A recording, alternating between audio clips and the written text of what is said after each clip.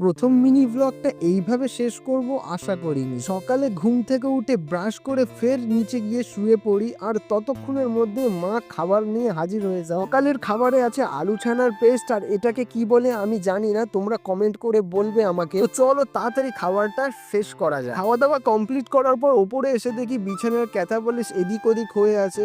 তো মা নিচে কাজ করছিল, তার জন্য আমি ভাবলাম এগুলোকে আমি আজ গুছিয়ে ফেলি। তো একে একে ক্যাথা আর বালিশ আমি গোছাচ্ছিলাম, আর গোছাতে গোছাতে তোমাদের সাথে একটা কথা বলি, এই মিনি ব্লগটা আমি খুব ছোট করতে চাই। আমি জানি না, আমার লাইফে ফার্স্ট মিনি ব্লগ এটা, আর দেখি এই মিনি ব্লগে তোমরা কেমন রেসপন্স দাও। আশা করি তোমরা খুব ভালো রেসপন্স দেবে, আর আমি রোজ মিনি ব্লগ একটা করে বানিয়ে তোমাদের সামনে তুলে ধরবো। তো এই ভিডিওটা যদি তোমাদের ভালো লেগে থাকে একটা লাইক করে দিও। বাপ রে বাপ, এই কটা ক্যাথা বালিশ গোছাতে তো আমার হালাতই খারাপ হয়ে গেল।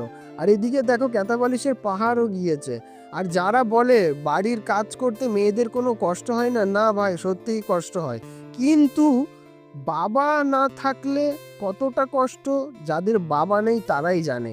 মেন কষ্টটা তো বাবারাই ওঠায়। ভিডিওটা তোমাদের যদি একটুও ভালো লেগে থাকে একটা লাইক করে দিও। তো দেখা হচ্ছে পরের ভিডিওতে।